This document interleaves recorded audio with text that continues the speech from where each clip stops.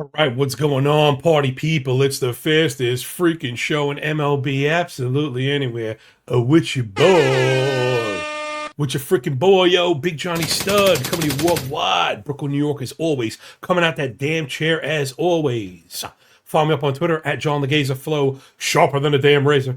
Same handle over on Substack, where $2 a week gets you 5 pounds of shit in a 2 pound box. Now with NFL, I think I'm going to have to up the ante. It's like 7.3 pounds of shit in a 2 pound box. All the baseball stuff, of course. Hot and heavy never stops.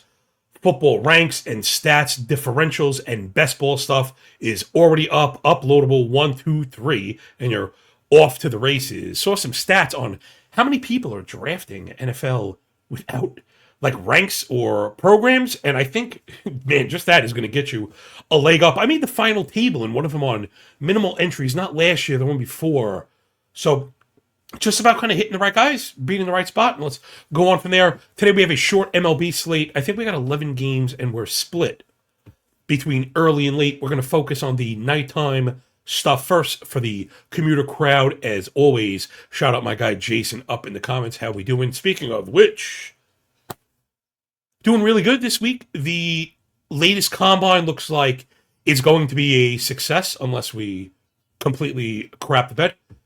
And for a little perspective, you know, it was a little bit of a rough go, but never too bad. I find I never really get killed because of my conservative style, associating units to percentage of stack, and then capping that on a daily basis. And there are road to ruin calculations that I think work really well here, and it just kind of keeps you in the game.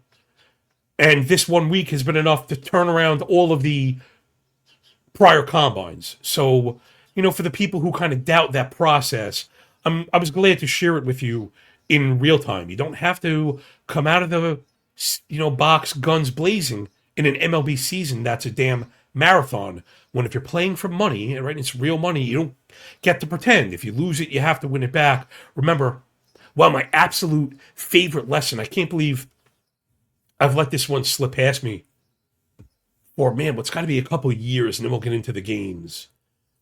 And it's, no bet is better than a bad bet. And right, it's not just a catchy saying, we can actually quantify it. So if you start with $100 and you lose 10%, you're now down to 90. Let's say you go and win a bet that's then 10% of your stack. 10% of the 90 is only 99. So if you end up in a constant even exchange of percentages, you're actually going to wind up at 0. So for every 10% you lose, 10% of 100 being 90, you need 11% plus to get back. So the lesson here is, unless you really like a bet and think you're going to win, then the numbers are there. You shouldn't play it. Now, I get opening parameters to play with volume. In those cases, I think you should have the backing of a model like mine. So all that, and some when you roll with us, nuance and context pouring out the nose holes. Speaking of face holes, it's the best part of waking up. Pitching sheets in the mug would work better if they were the pitching sheets. There they are. There she blows. First up, it's the Jesus Lizard and the Fighting Phils, -110. Slight favorites on the road down in Fenway to face the Red Laundry and Power Ranger Suarez. We were all over that last Luzardo start. He got prolapsed in front of 35,000 screaming fans in Colorado, and we bashed them over the head with that +160 F5. That game ended up spinning out of control. Did the Rockies end up getting it done? I think they might have, but regardless, that's a testament to how bad the Rockies bullpen is, why we like some of these F5 money lines, why plus money is great, and, all that fucking jazz. That said, I was on the Source Network. Shout out those guys. Shout out Kyle and Toast. Our buddy Spoon. Man, Spoon, you're a fucking sharp character, man. Spoon, man. Come together with your plan. So, yes, that Thursday slate doesn't work for me, brother. Where is he? Doesn't work for me, brother. Doesn't work for me, brother. So I was on with them last night, so I kind of got a little bit of a look. That's also why, if you've noticed and you check the Algo tab, there were already show picks up. Now, if I disagree with something or change my mind, I will flip it, flop it. But when I did my review this morning, everything kind of checked out. What we were talking about as far as Jesus Luzardo, who has that big blow up risk, right? 6 ERA and a 1.4 whip to Sierra at 2.76, 24 KBB, 15 swinging strike, 32.5 CSW. This is all really, really good. The first strike rate has killed him because he's been, I don't want to say objectively the unluckiest, but it's got to be one of the unluckiest pitchers in the game today. We often talk about, right, 3 legs on the luck stool. Some people just automatically look at BABIP, and you really shouldn't do that. Again, nuance and context pouring at your fucking nose, right, when you roll with us. Survey says. It's not just BABIP. First of all, BABIP can be manipulated by the type of contact. I like to look at left on base, BABIP, and home to fly ball in combination to see what we could see. This is Jesus Luzardo. This is just insane. 59 left on base, 386 BABIP, and a 17 homer fly ball. Like, he's probably going to be just fine. So I think I'm on Luzardo for a bounce back spot. Flip it over to Boston v. Lefties. They've been pretty good, actually. Are we buying that? Oh, you know what? Not saying I got called out, but that's why we like smart people, and I like when people buck me. It was 2 starts, though. It was Framber and Trevor Rogers. Then we kind of argued over whether those guys are good or not. I think overall, no one is really clamoring, making bull cases for the Boston offense. Last 7 days, 170 PAs. 4% walk, 53 ground ball, 3.5 barrels, 66 WRC plus. Now, Phillies have kind of gotten up off the mat. Oh, yes. But I still think what's the opposite of the upper hand? They have the lower hand? The Phillies have the lower hand. You can tell I was up streaming till fucking 2 a.m. I'm losing my damn mind. Suarez, awesome. Also, last thing on Luzardo, and I wanted to point out with the sheets, if there's anybody still on the fence about jumping in. All the pitcher prop per game stuff, really valuable, I think. And we made the move over from 2025 stuff at the back end to home and road plus L30, right? To kind of add a little intra-season context. 2 things here. Jesus Luzardo's been fantastic on the road. Totally fantastic on the road. So I think he's going to be all right. I had a second thing that kind of got away from me. Oh, Suarez, I think it was with the Suarez last 30. That's what it was because he struggled out of the box. 146 ERA, .65 whip last 30 days for Suarez. So I think it's offense and offense. I think we have 2 pretty good bullpens. You can see that I have them highlighted right here. Boston in particular has been really good as of late. Over to the algorithm. I had under 7.5. If that one is still hanging out there, I think that's where I'm at. Though, and this has really been a running theme all season, and I'm kind of sticking to it. Before you bet any kind of total, like legit, before you bet any total whatsoever, like any of them, you gotta shop these alt lines now.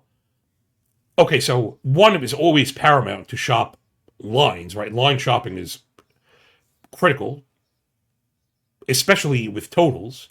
Because sometimes it's not just the price, it's the actual number that's different. Then you get the combination of the price plus the number. Because there are so many books offering the same bet, and it's not standardized, right? The prices are different. Sometimes you could shop around a price you're a little off of the book on to the book that's the furthest apart from you and end up snatching an alt line that's like kind of chef kissed. So I don't necessarily see that. I can't go shop that around right now, but it is worth taking a look because this game is under 7.5, minus 115. So there's a chance that there's an under 8, minus 122 out there. Seriously, minus 125 even, where that price for the run is certainly worth it. Always doing the math. Nuance and context, just kind of dripping out the nose a little bit. Jeff L., I see you. Tyler, what's going on? Hemi season, what's going on? Appreciate you all. Hemi says Boston gets it done. That was my backup play yesterday.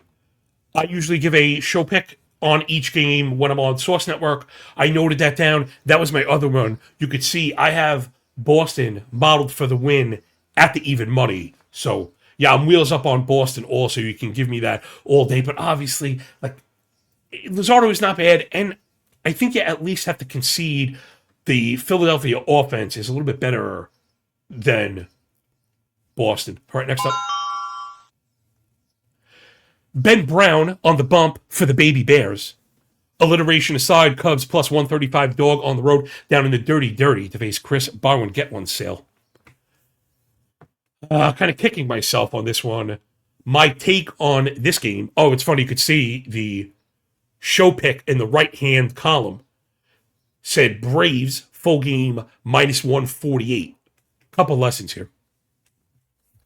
Number one, you got to bet early. Number two, if you're not going to bet early, do not look at the fucking last night's prices because you're not going to want to bet. All of the games that I liked, but was maybe a little iffy on the price and was going to sleep on it, they're all out of whack now. So Sale at minus 148 was even on the edge. Now we're at minus 163. I'm fucking out. I have to back it up. I think it's earlier on. Okay, just to mention it because it's on the front of my mind. I like Milwaukee Kyle Harrison. We'll talk about that in a second. That was minus 135. The boys disagreed. Thought it should have been minus 125. I thought we might wake up to minus 150. I didn't bet it. I'm kind of worried about that. And that's where it is right now. So you got to be early.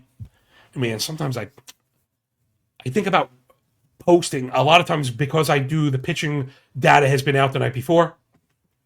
It just makes my life a little bit easier.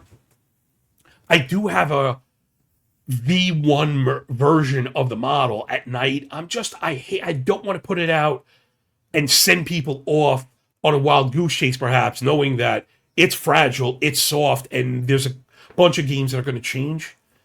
But man, I am kind of thinking about it. You know, the F5 lines are not out and stuff. It's really imperfect. But, right? That big shaking ass. It's gonna be a couple games every day where we're really in front of prices. This is the point I was trying to make using the model to play on prediction markets. The problem there is the fees work on a fucking curve around even. So like where we be looking to mange on the fucking CLV, it's not worth it. It's going to chip it away. The risk reward is not worth it. Maybe over time, if the fees come down or volume players maybe get rewarded, like if there are fee bonuses, like we could scale and make a shit ton of money. But as of right now, they kind of have their thumb on the fucking scale. So just so you know, always kind of working on this stuff. All right, let's look at Ben Brown. He's really good on a per inning basis. I don't think that's really a shock to anybody. The problem is the workload, projectable innings, if you're looking for it. He did get through 4 innings last time out, but I don't even think it was 50 pitches. Damn, just because I opened my mouth, let me just bring him up really quick. And you got to be careful with innings pitched. That's more of like a filter queen thing. You know, people who use whatever highest walk rate and like whatever. It's so stupid. When it comes to the disciplinary props, it's about projectable IP. I don't give a fuck what anybody says. Brown, if you think you have a beat on it, then I think you're like on his overs. If you're worried like I am, I think maybe you're going to pump the brakes. Okay, I have it right here. So he got through 4 innings, but I mean, he was super efficient. It was only 46 pitches. It's going to be very hard to ask for that type of efficiency. Again, 4 innings pitched. He faced 13 batters, man. He had no hits, a walk, and 3 Ks. Braves also can present an issue against righties. You know, they're a good offense, even without Acuna. Let me scroll on over. Braves highlighted versus righties last 14 days, 270 plate appearances. You know, top 5 in average, top 5 in slug, top 5 OPS. With the ISO, the discipline's been a little wonky. They've been a little too aggressive for my liking. But if you're going to pull fly ball, line drives, and get double-digit barrels, with a plus 400 ex-Wobicon, the damage is there is... So, like, here's the issue, right? Brown with the high contact rate, leading to inefficiency, which gets him bumped early. And then we get Javier Facade, right? This was kind of my angle here. The Cubs bullpen has been okay, not nearly as good as the Braves. So I was getting a little pushback, people liking the Cubs at the cost because of the offense. And I will concede the Cubs' offense versus lefties has been very good. You can see the last 30 days up on the board. They're like the offense or one of the offenses.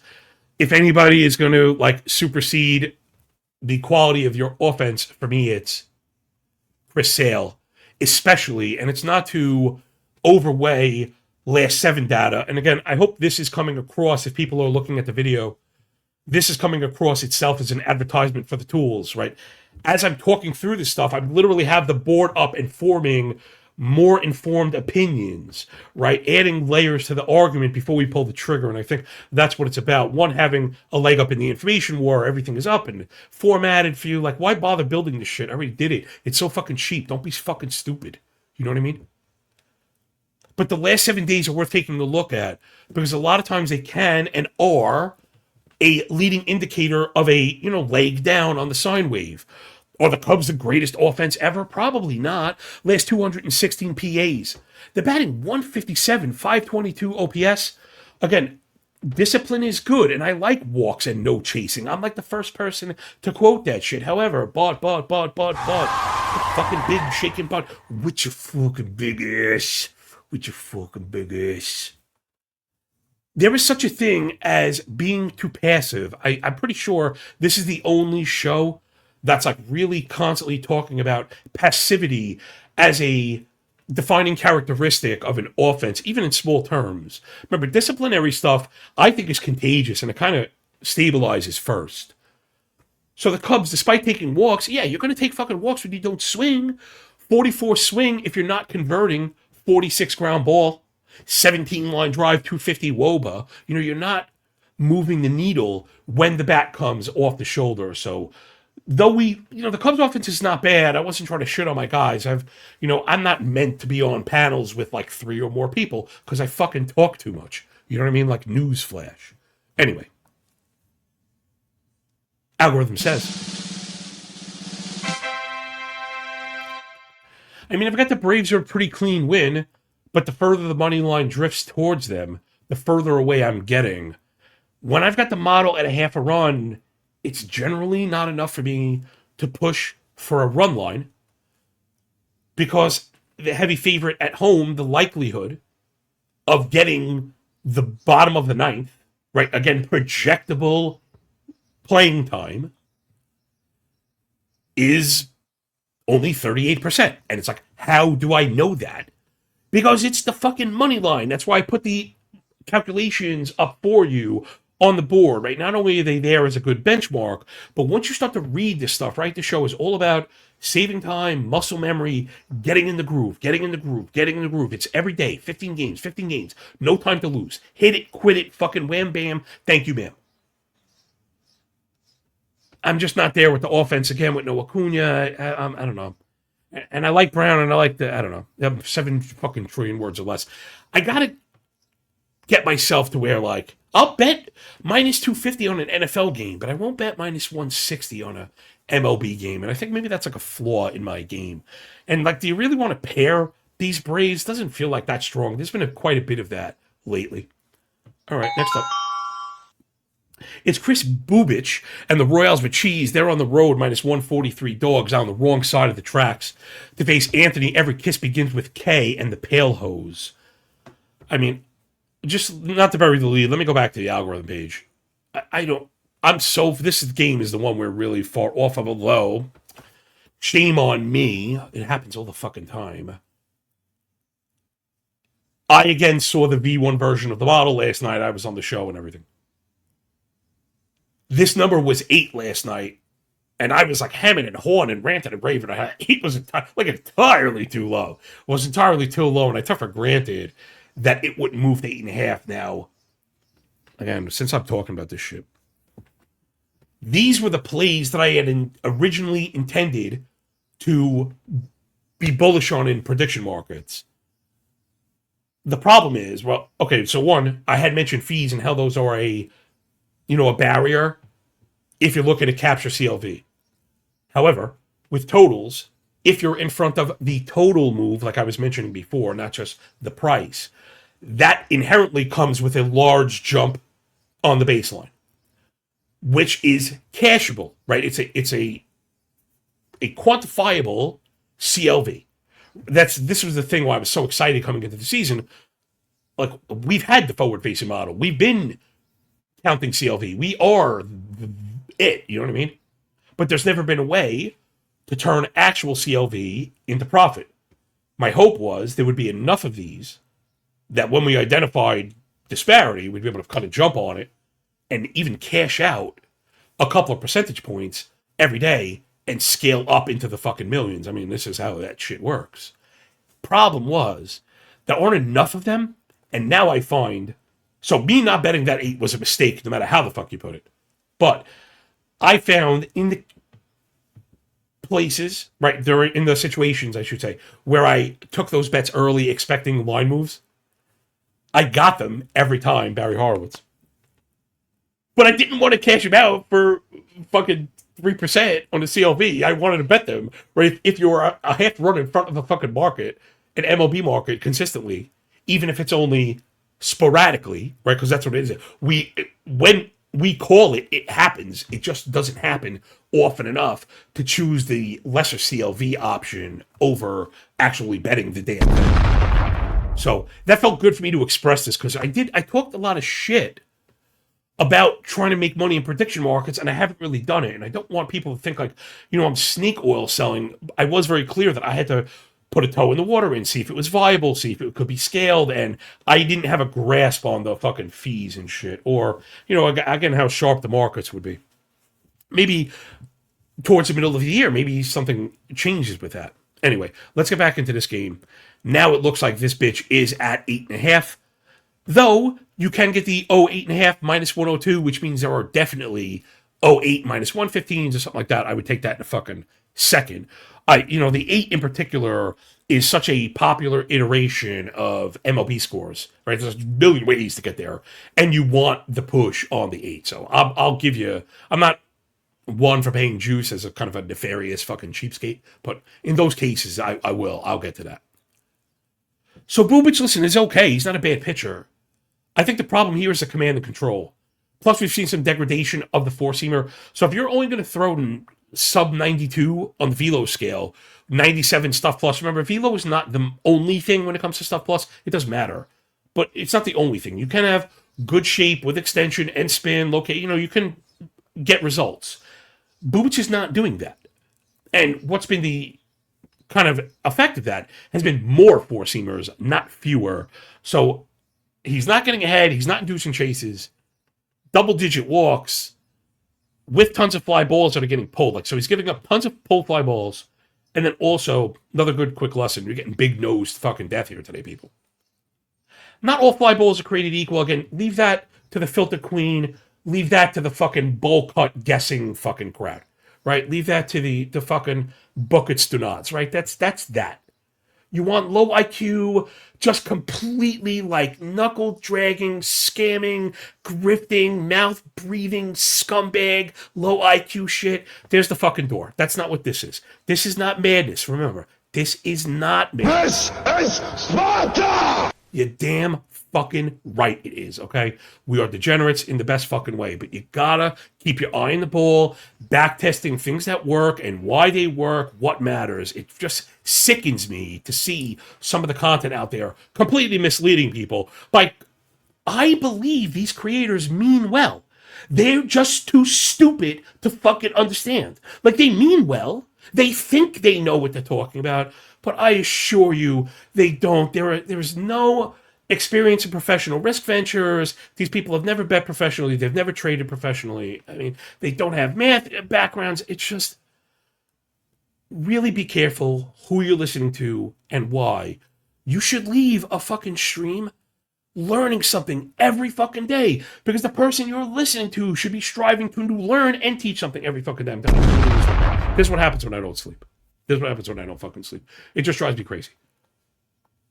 All fly balls are not created equal. You hear this quoted all the fucking time. Fly ball guys, fly ball guys, fly ball guys. Now fine, Bubic is one of the people. that falls into the bin of fly ball pitchers that you can attack based on that stat. But it's not because of that fucking stat. It drives me nuts, yo. He gives up fly balls without creating pop-ups, right? So the high fastball is a foundational piece of understanding the game. You need a good fastball with good movement and good location to work up in the zone in the major leagues right now. Hitters have taken on the Josh Donaldson Rainmaker fucking theory, which matters. You can walk all you want. You ain't getting the fucking 9-figure contract taking walks. You got to hit high cheese. You got to fucking lift it. You got to pull it. You got to get it out. See that little blue wall down there? You got to get the little white thing over the little blue thing. That's it. Right? Name of the game. And when you hear some of these hitters describe the game, it's funny how simple they'll be. You know, Donaldson, he's kind of a jerk, I guess, but I like jerks. I am a jerk. So, like, it takes one to know one. But he knows his shit. So you got to be careful with these guys. Bubic is not that guy. I don't know. I don't even know who else. This has got to be the widest disparity in the league. 41 fly ball with a 2% infield fly. Again, so not all fly balls are created equal. Make sure that you're keeping an eye on Stuff Plus. So, because that's why I put 4-seam Stuff Plus. That is what matters. Right? When you see the high usage with the low velo, low stuff, high fly ball, low infield fly, that's why these stats are here. This is not like, oh, look at me, I have numbers. You need to know how to fucking put them together, you know? And fast. That's what this is about. So hopefully everyone has learned something. Press the fucking like button. It matters more than it should. If you're picking up what I'm putting down, subscribe to the fucking Substack. Help me keep these stupid lights on. I put everything back into the production of the fucking show. I swear.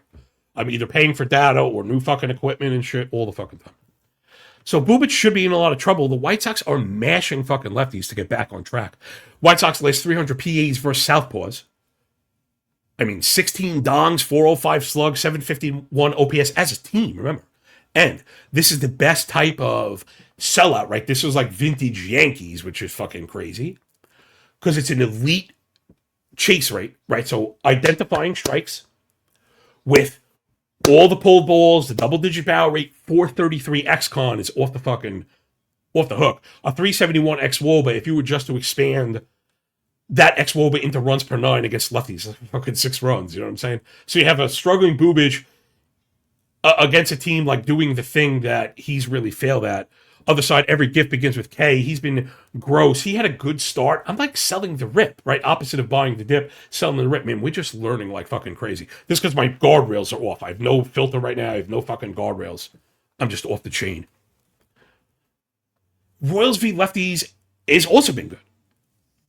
So the discipline is good. The contact is high. Tons of line drives. I mean, K's not beating anybody in zone.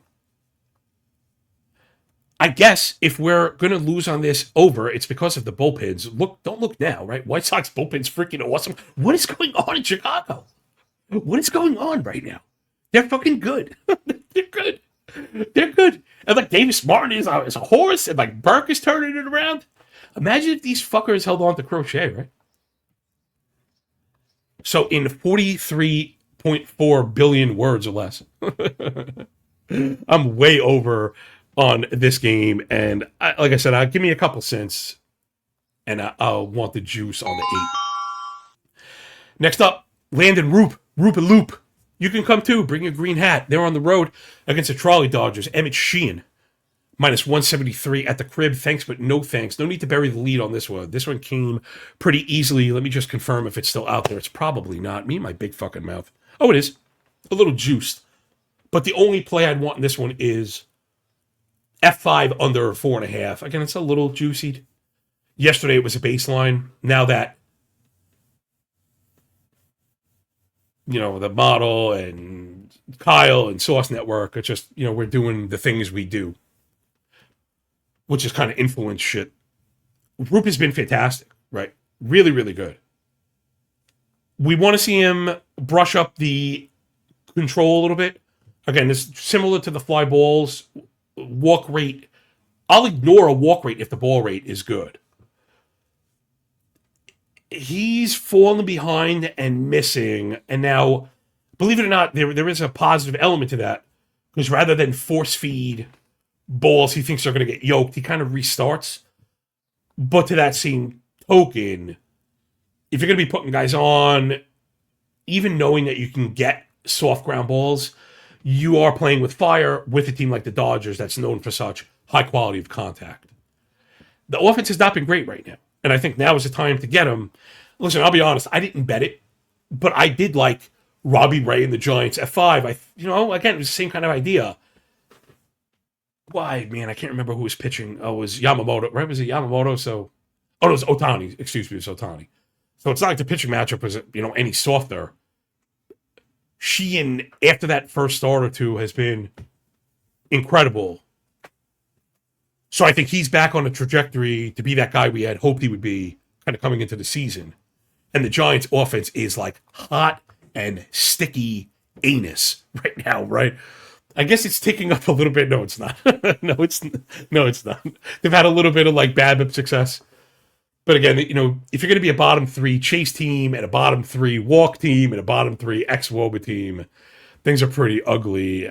Give me Emmett Sheehan.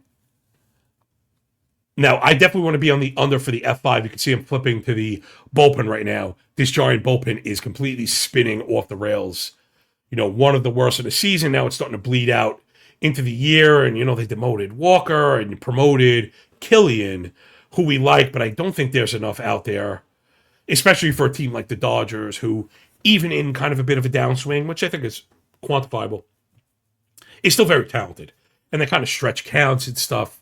This feels like a nightmare, right? This feels like they don't really do double results, but this feels like we can cash our F5 under, and then as soon as the 5th inning wraps, you go and bet the full game over. The second it's over, right? That maybe LA stretches Roop depending on the pitch count, and Sheen too, not really known for distance. Maybe we get into the bullpens and feast, but I'm going to take the under.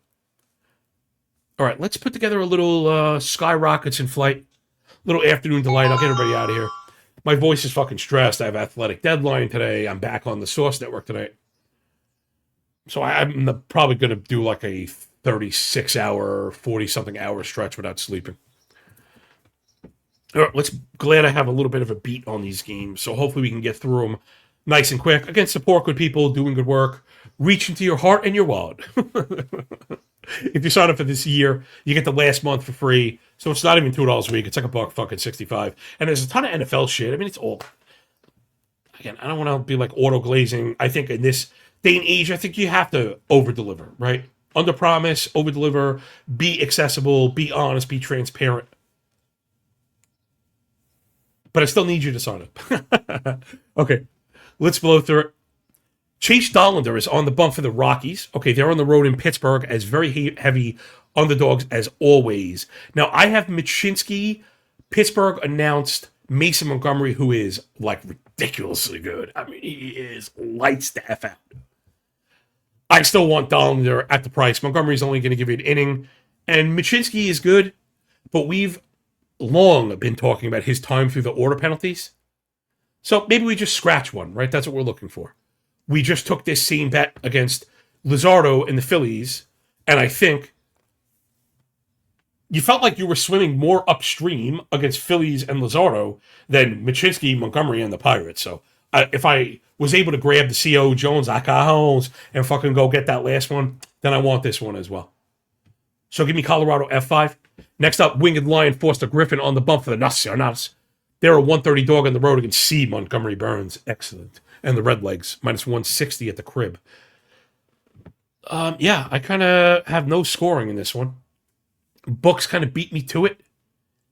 And I'm a little bit worried always about being under in Cincinnati, where it kind of feels fair in those ballparks. That said, every ballpark has unders the same way they have overs. Man, Griffin's been really good. My worry is I'm trying to figure out the Nats offense. Like, will the real Nats offense please stand up? They've been really hot. We were kind of off them against righties. Now they're starting to hit righties also. Burns is pure stank, though. If anyone's going to shut him down, it'd be him. Can you really take an under with the Washington bullpen? So, I don't know. I think this one's safer as an F5 under. But the prices may be kind of crazy. I'm going to just check really quick. I can't go shopping all the old shit. Maybe not. However, I have noticed that the alt pricing for F5 stuff is crazy. Where I had mentioned, sometimes you can get the 8 to the 8.5, and it only costs you 11 cents, in which case that's a good deal. Some of these F5, the F5 price like 45 cents, on top of it, it's just not worth it. It's not worth it. But that's where I'm kind of looking is if I could get under a 4.5 F5, I like that. And if I could get under the 8.5, maybe I like that. Heavy favorite at home, so we don't imply the ninth frame, but I'm a little bit worried. A couple of the guys liked Washington, and once you start betting underdogs and you hit a couple of them,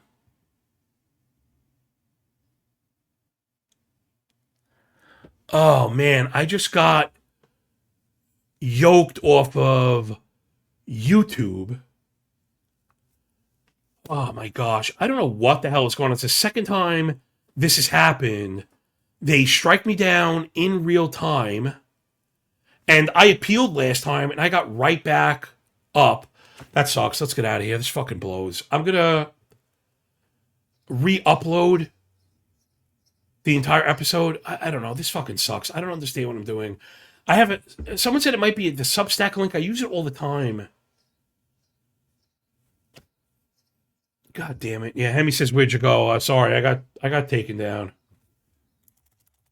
I don't know if this comment is even going to show.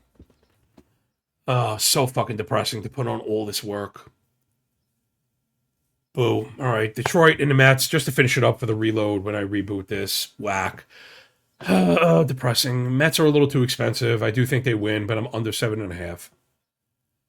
Miami, I'm going to keep rolling with Miami. I think Braxton Garrett is better than Zebby Matthews. I think Miami is much better than Minnesota, whose bullpen sucks. Give me Miami to win. Kyle Harrison and the Brewers, I mentioned, I like them at the early price. Now at the new price, I don't think so. I do think they win. I don't know if I can go for the cover. Maybe I like the Brewers cover. Luis Castillo's on the road for the Mariners. They're on the road against the Astros. I've got Houston to win as a dog. I think Burrow's over Castillo. Maybe F5. Keep it F5 because the Houston pen is fucking awful. And then McGreevy and St. Louis. I got St. Louis to win as an underdog, though. That also, I called that last night. Now, they're on the wrong side. They're minus 105, minus 114. So, if you can't tell from my voice, I'm disappointed. All right, I'll tweet about it. I'll try and figure it out. Maybe it's that link. I feel like it might have happened both times I was trying to stream to YouTube also. So maybe it's something with that. Maybe to Twitter also. I was trying to stream to Twitter and score some extra views. All right, let's get the fuck out of here. That sucks ass, yo. Oh, you know what's funny? No, now I remember the last time this happened. It was not a... Shit. It was weird. It wasn't a live... I don't even know how these things work. It wasn't live. I was on the road. It looks live. I pre-recorded, but I told everybody. This, I'm actually live in real time. But connected to X, and I can't remember if I did that last time. Someone said maybe it's this Substack link. And maybe it's the word betting. I don't know. I'm going to try and clean it up. I'm sorry. I fucked up, I guess. Last time I appealed, immediately taken down. Within 5 minutes, they took the strike down. But you don't get the rest of the fucking stream, so I'll keep it and reload it. I don't know, this fucking blows. Thanks, everybody, for picking up what I'm putting down. I'm really fucking perturbed. Up all night to fucking launch this shit and have YouTube fucking fuck with me. You hear people talk about it all the time. You're a slave to them. They're in control and can yoke you at any second. So that's what happened. We got smoked. The audio pod will be there. If anyone is still hanging on Twitter, I appreciate you for checking out the show. Fucking sucks ass. All right, I'll be back. There's football content also, NFL basketball stuff, plus NFL data, ranks, and uploadable stuff. Other than that, MLB rocking and rolling around the clock. Hemi, I appreciate you for hanging on, brother. So that'll do it. Enjoy the games, enjoy the day. When we're done with the book, enjoy the pay. And remember, when you work this freaking hard, man, the winning feels a lot less like luck, yo. Boo! Peace out. Boo!